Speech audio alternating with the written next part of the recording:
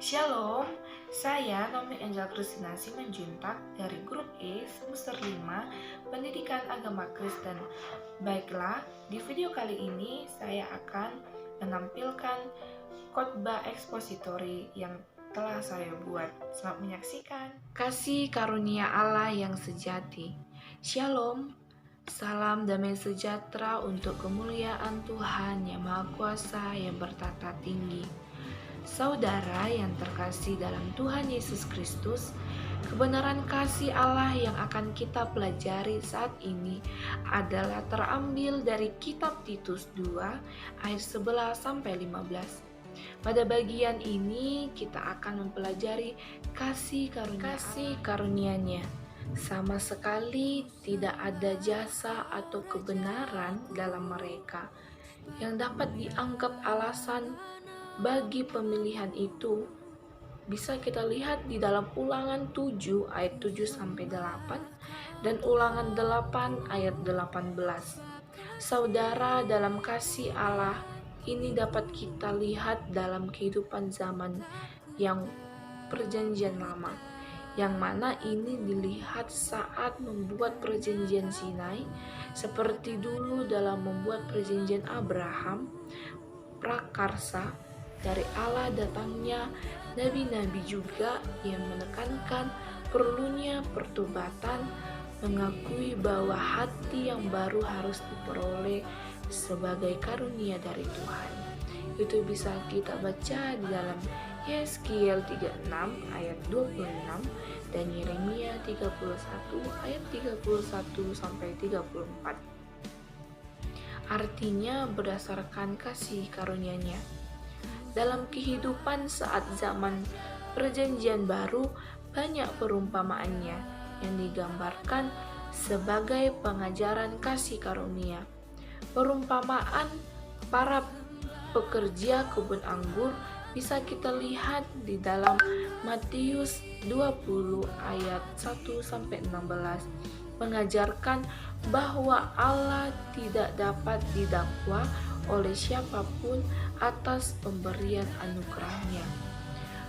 Perumpamaan tentang perjamuan besar itu bisa juga kita lihat di dalam Lukas 14 ayat 16-24. Ini mengajarkan bahwa Allah tidak dapat didakwa oleh siapapun atas pemberian anugerahnya. Perumpamaan tentang perjamuan besar di dalam Lukas 14 ayat 16-24 menunjukkan bahwa hak istimewa rohania tidak menjamin kebahagiaan akhir, dan bahwa undangan Injil ditunjukkan kepada semua orang. Anak yang hilang diterima kembali oleh bapaknya dengan cara yang sebenarnya. Sang anak tidak layak menerimanya. Di dalam Lukas 15 ayat 20-24. Saudara yang terkasih, dalam kehidupan kita yang penuh akan kesalahan dan dosa, apakah kita dapat menerima kasih karunia dari Allah?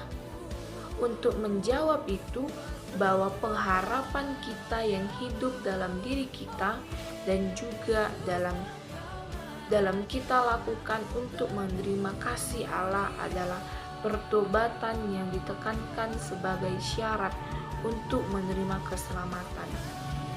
Itu bisa kita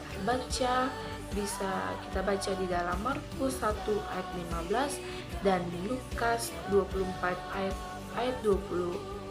Lukas 24 ayat 47.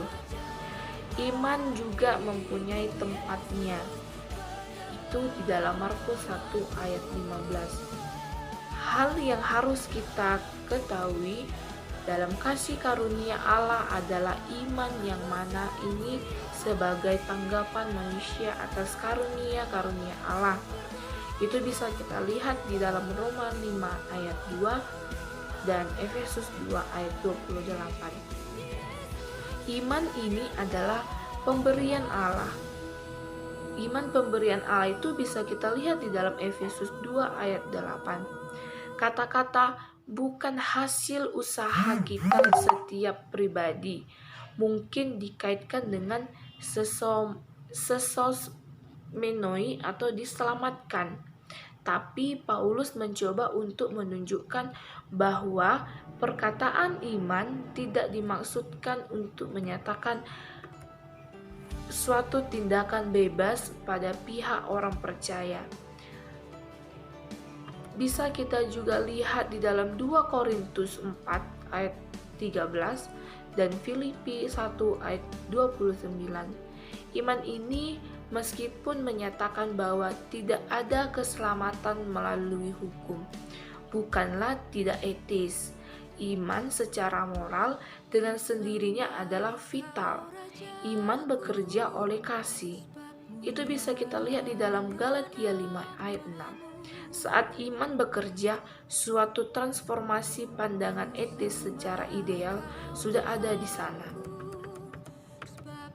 Kedudukan orang percaya dalam anugerah dijelaskan bukan oleh sesuatu dalam dirinya, tapi oleh kehendak Allah. Ajaran tentang pilihan mempunyai 2 fungsi, yaitu mengawasi kebebasan manusia dan pembenaran dirinya, dan menunjukkan bahwa dalam melimpahkan karunia-Nya, Allah adalah bebas sama sekali. Setiap langkah dalam proses kehidupan Kristen tergantung pada kasih karunia, yaitu terdapat di dalam Galatia 1 ayat 15, 2 Timotius 2 ayat 25, yaitu tentang pertobatan. Di dalam Efesus 2 ayat 8 sampai 9 yaitu tentang iman. Dalam Roma 8 ayat 28 sampai 30, Paulus memandang pekerjaan Allah sejak dari panggilan sampai kepada kemuliaan orang yang dibenarkannya. Tapi ia tidak mengabaikan tanggung jawab manusia. Ketaatan di dalam Roma ayat 1 sampai 5 adalah sikap moral dan tidak dapat dijadikan sesuatu yang lain. Seorang manusia dari dirinya sendiri mustahil berbalik kepada Tuhan. Kedua sisi tersebut dipertemukan dalam Roma 9 ayat 10 berisi pernyataan yang paling kuat terhadap predestinasi. Di pasal 10 menyatakan bahwa penolakan oleh Allah disebabkan oleh ketidakpercayaan dan ketidaktaatan. Tapi harus diingat bahwa pokok utama dari pasal-pasal ini bukanlah keselamatan perseseorangan, tetapi adalah fungsi-fungsi kolektif dari orang-orang yang dipilih Allah untuk melaksanakan maksud-Nya. Sekian khotbah ekspositori dari saya ucapkan terima kasih. Shalom.